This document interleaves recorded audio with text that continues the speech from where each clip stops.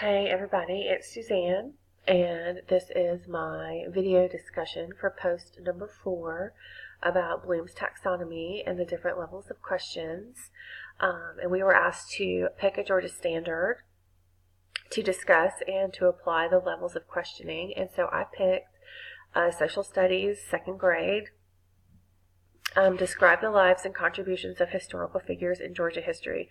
I thought I would do a screencast as I talked through this standard and my questions that I developed. I do have 2 computers going, so I'll kind of be bouncing back and forth using both of them.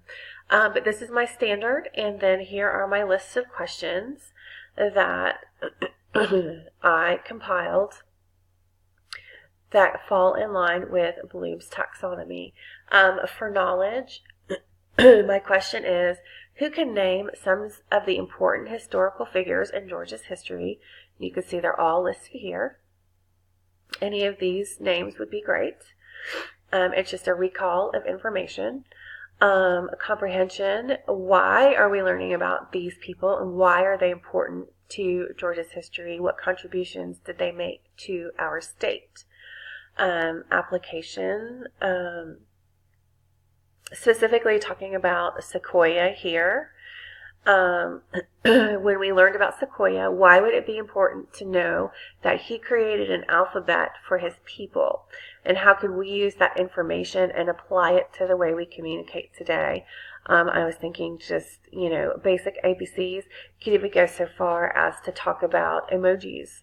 I think that might be a pretty cool response to discuss. And then, so that was application. The analysis is regarding Dr. King and Jackie Robinson. My question is, Dr. King and Jackie Robinson led African Americans in the Civil Rights Movement. What facts can you tell me about how they chose to lead their people? And the answer here would be they made a very specific choice to use peaceful, nonviolent protests, which is, factual. And then what are some of the special ways that they chose to lead? And again, factual, they chose to lead in positivity and through love, and, they were just a very positive influence in the country at the time, and within the civil rights movement, they were huge leaders in that.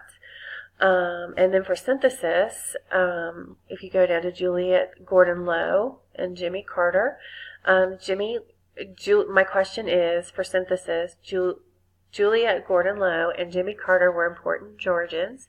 Even though they were different, how can you tell me some of the ways that they were the same?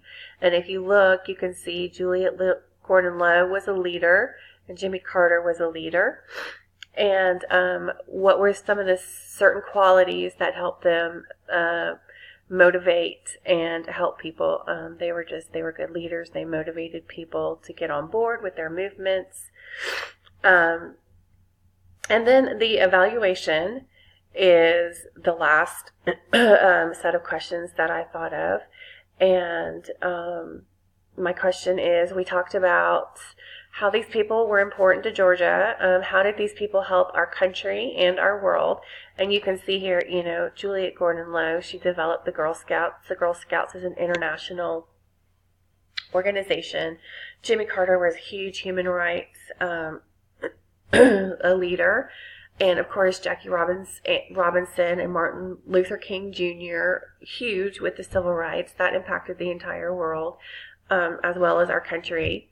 And then my last question for evaluation is, what are some important lessons that we can learn today from the people who led us in the past? And obviously, you lead with compassion, you do the right thing,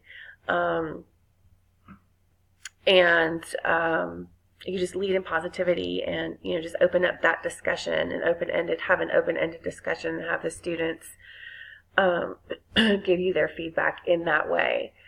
And the last portion of just me personally, when I was in school and the teacher asked a question, I did not raise my hand every time to answer the question. especially if it was math class. If I did know the answer and I felt confident, I would raise my hand and I would give the answer. But I've thought about it as I got older, even in college. I don't think we raised our hands that much because it was more like a group discussion in a lot of classes. It was group discussion based, so you don't need to raise your hand, so then you just jump in with an answer. And then about the wait time, yes, my teachers did use wait time.